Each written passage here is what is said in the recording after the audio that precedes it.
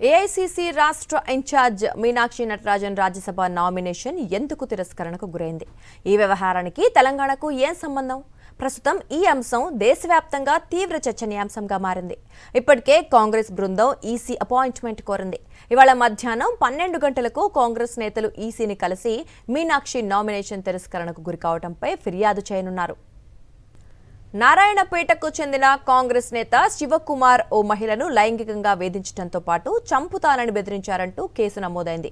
అయితే ఈ కేసు ఆధారంగా ఆయనపై పార్టీ పరంగా చర్యలు తీసుకునేందుకు ఇన్ఛార్జ్ మీనాక్షి నటరాజన్ కాంగ్రెస్ పెద్దలు నిరాకరించారని బాధితురాలు ఆరోపించింది. కుంభం శివకుమార్తో పాటు కాంగ్రెస్ పెద్దలపై కూడా చర్యలు తీసుకోవాలని, నష్టపరిహారం కింద తనకు 10 కోట్లు చెల్లించేలా ఆదేశాలివ్వాలని కోరుతూ బాధితురాలు శ్రీలత గతేడాది 28 ఆగస్టులో 4వ అదనపు చీఫ్ మెట్రోపాలిటన్ మెజిస్ట్రేట్ న్యాయస్థానంలో పిటిషన్ దాఖలు చేశారు.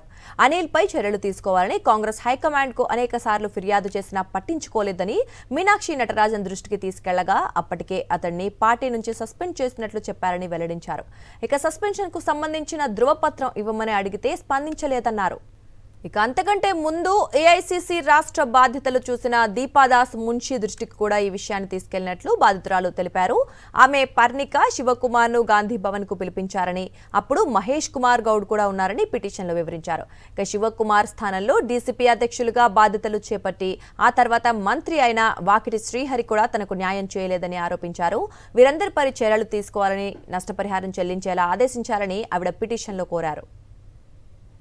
అయితే బాధితురాలి పిటిషన్ ఆధారంగా మీనాక్షి నటరాజన్ సహా పలువురికి న్యాయస్థానం నోటీసులు జారీ చేసింది.